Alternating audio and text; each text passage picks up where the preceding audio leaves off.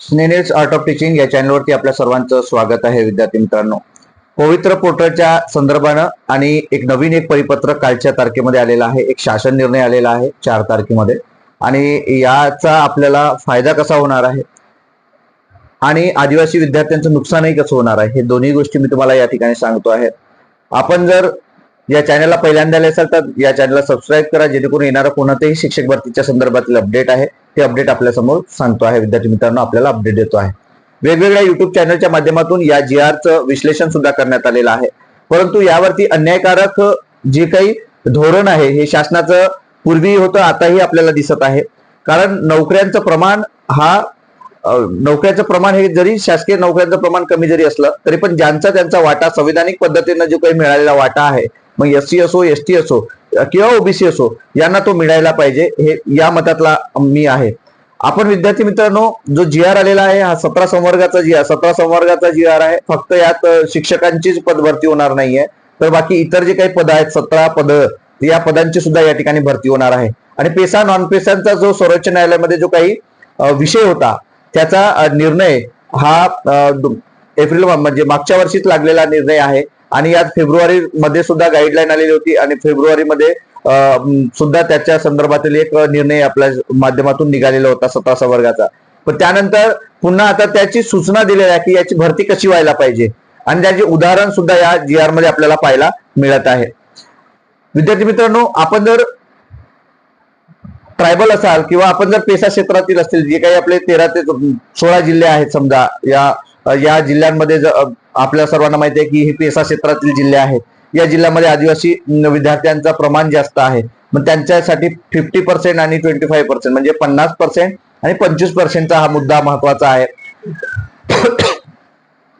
तर आपला मुद्दा कोणता आहे ते लक्षात घ्यायचा आहे की जे 25% ज्या पेसा क्षेत्रामध्ये 25 पेक्षा जास्त पर्सेंट हे आदिवासी बहुल आहे, आदिवासी लोकसंख्या आहे, अशा ठिकाणी जर 400 जागा असतील तर 50% जागा म्हणजे 50% जागा ह्या पेसा क्षेत्रातील विद्यार्थ्यांसाठी राखीव असतील आणि 50% ज्या जागा आहेत ह्या कोणासाठी राखीव असतील? अराखीव विद्यार्थ्यांसाठी.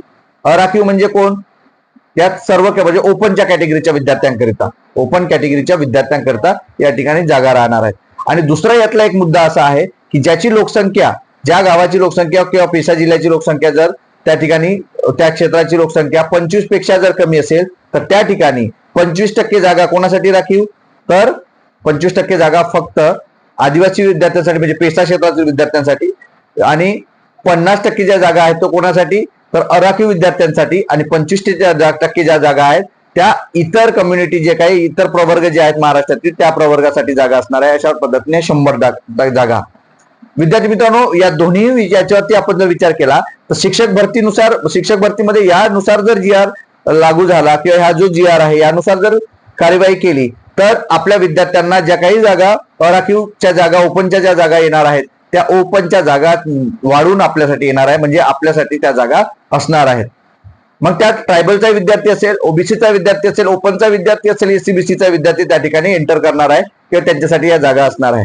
परंतु एक महत्वाचा मुद्दा आहे, जर 50% पेक्षा कमी जर लोकसंख्या जर आदिवासी विद्यार्थ्यांची असेल त्या गावामध्ये, तर नॉन पेसा विद्यार्थी जे काही आदिवासी असतील त्यांचं काय? कारण या ठिकाणी अनुसूचित जमाती वगळून असं त्या ठिकाणी उल्लेख केलेला आहे. मग त्या विद्यार्थ्यांना फायदा होणार नाही का? हा सर्वात मोठा मुद्दा आहे. आणि अशाच यामुळे आपल्या आदिवासी विद्यार्थ्यांवरती अन्याय होऊ शकतं. आणि महत्वाचा विषय की ओपनच्या विद्यार्थ्यांना सुद्धा त्याचा, या जर लागू झाला तर त्याचा फायदा होणार आहे. म्हणजे यात सर्वच कॅटेगरीचे विद्यार्थी आले, पण नॉन पेसा जे काही विद्यार्थी त्या ठिकाणी 25% पेक्षा कमी लोकसंख्या असणाऱ्या जिल्ह्यामध्ये राहत असतील किंवा त्या ठिकाणी राहत असेल तर त्या विद्यार्थ्यांना मात्र या ठिकाणी नुकसान होताना आपल्याला दिसत आहे. तर ह्या सुद्धा दोन्ही गोष्टी महत्वाच्या आहेत. एकीकडे फायदा आहे, एकीकडे तोटा आहे. एकीकडे पुन्हा आदिवासीवरती अन्याय आहे, एकीकडे इतर विद्यार्थी आहेत त्यांचा त्या ठिकाणी फायदा होताना आपल्याला दिसत आहे.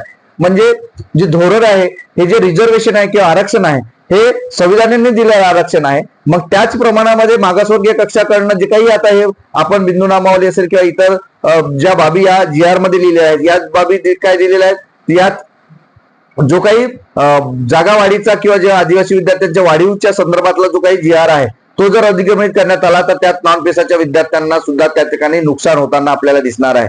त्यामुळं जे काही ट्रायबल विद्यार्थी असतील, जे पेसा क्षेत्रातील विद्यार्थी आहे यांचा सुद्धा या ठिकाणी नुकसान होतील. जे वाढीव जो जी आर आहे तो जर आपला अतिक्रमणी करण्यात आला, तो रद्द करण्यात आला आणि याला जर लागू करण्यात आलं तर या दोन्ही गोष्टी आपल्याला क्लॅरिफाय करायच्या विद्यार्थी मित्रांनो आणि समजून घ्यायचं आहे.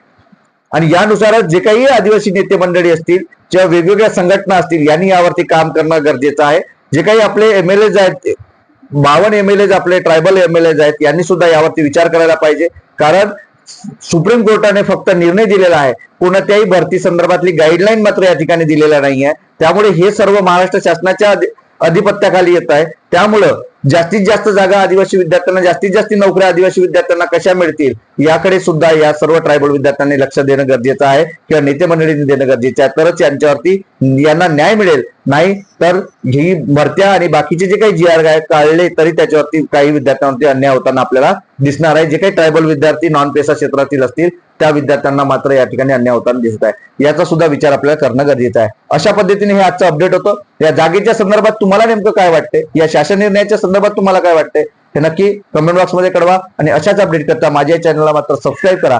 हा जो शासन निर्णय आहे हा डिस्क्रिप्शन बॉक्समध्ये असणाऱ्या काही टेलिग्रामची लिंक आहे, व्हॉट्सअपची लिंक आहे, यावरती आपल्याला जॉईन करून घ्यायचा आणि त्या ठिकाणी तुम्हाला हा जी आर मिळणार आहे.